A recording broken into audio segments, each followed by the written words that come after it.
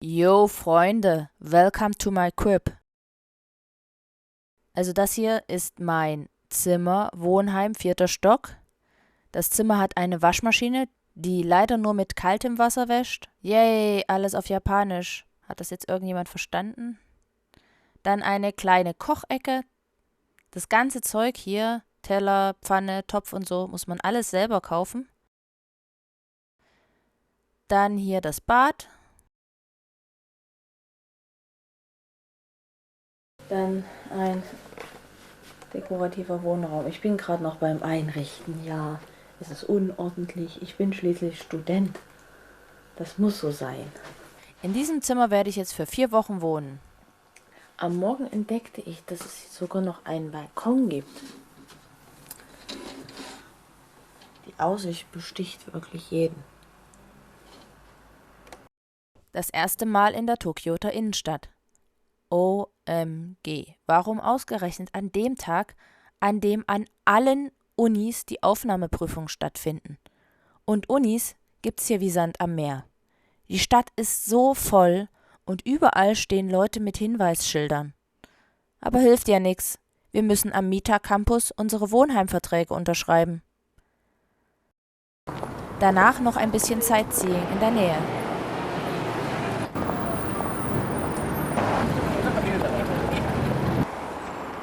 Bunt, laut, schrill. Das sind Tokios Hauptstraßen. Eine Seitenstraße weiter sieht die Welt manchmal schon völlig anders aus. Hier verstecken sich oft alte Häuser und Tempel oder Schreine. Das ist übrigens eines der früheren alten Hotels.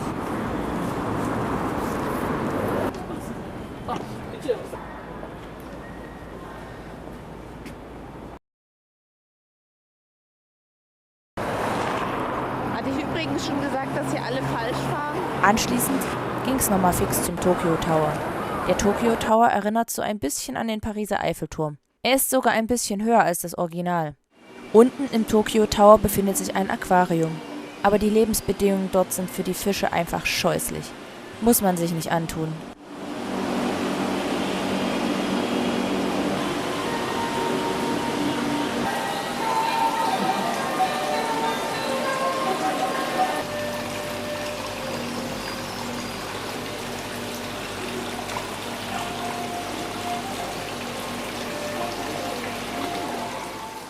Als wir wieder rauskommen, ist es bereits Nacht.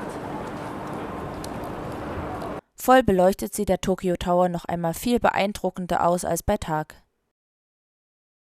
Auf dem Rückweg dann eine Rarität. Eine leere U-Bahn. So sieht es in den U-Bahnen eigentlich normalerweise aus.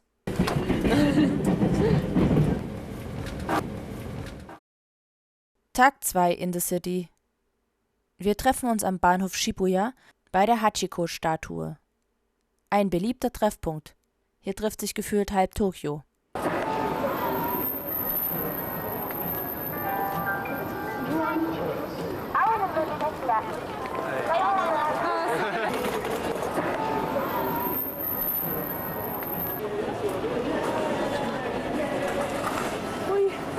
Ein Stück fernab der riesigen Kreuzung finden sich immer mal wieder ulkige Sachen. Beispielsweise dieser Kinderspielplatz direkt an der Straße. So ist das in einer Stadt, in der Fußwege nur durch einen weißen Strich von der Straße getrennt sind. Auf Fußwege verzichtet man hier meistens.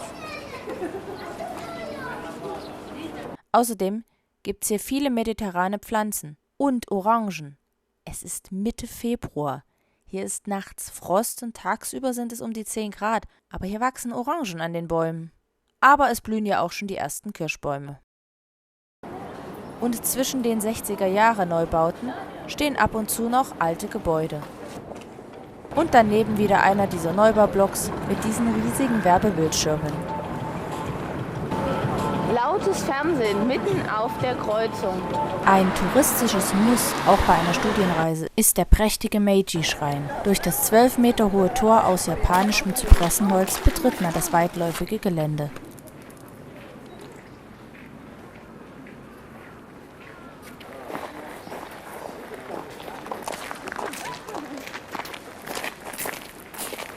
Am Eingang waschen wir uns rituell die Hände, bevor wir die Schreinanlage betreten.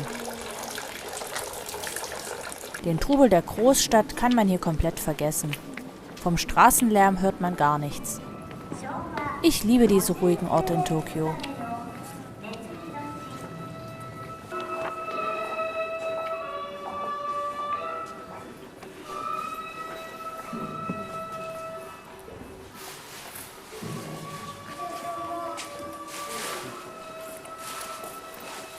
Denn eigentlich ist Tokio schrill und laut, besonders die Takeshita Street. Alle 5 Meter brüllt Musik aus einem Lautsprecher, aus jedem Laden brüllt noch mehr Musik und alles versucht sich zu übertönen und lauter als der Nachbar zu sein.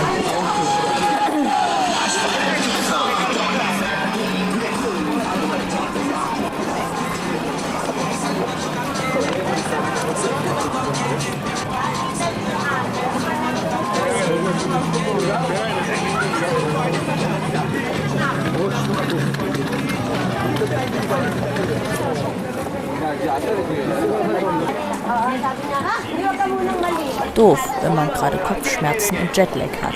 Meh. Letzter Programmpunkt war heute das Shinjuku-Rathaus. Es ist sehr groß. Ja, sehr groß. Hier ist übrigens sehr vieles sehr groß. Es ist wirklich hoch. Was einem einen atemberaubenden Blick über die Dächer der japanischen Metropole ermöglicht.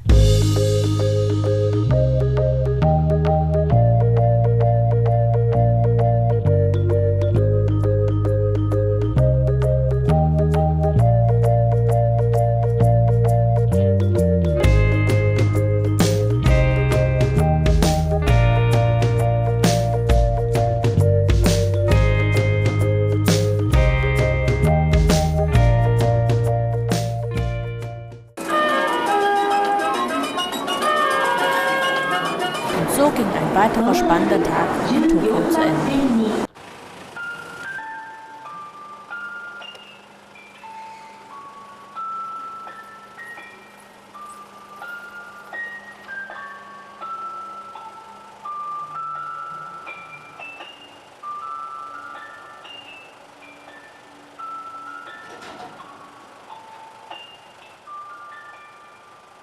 Und das gibt's in der nächsten Folge zu sehen. Ein Blick hinter die Mauern der berühmten Todai oder Tokyo Daigaku Universität, ein Pflaumenblütenfest und die Jigoro Kano Statue. Abonniert den Kanal, um nichts zu verpassen und Daumen hoch nicht vergessen. Tschüss!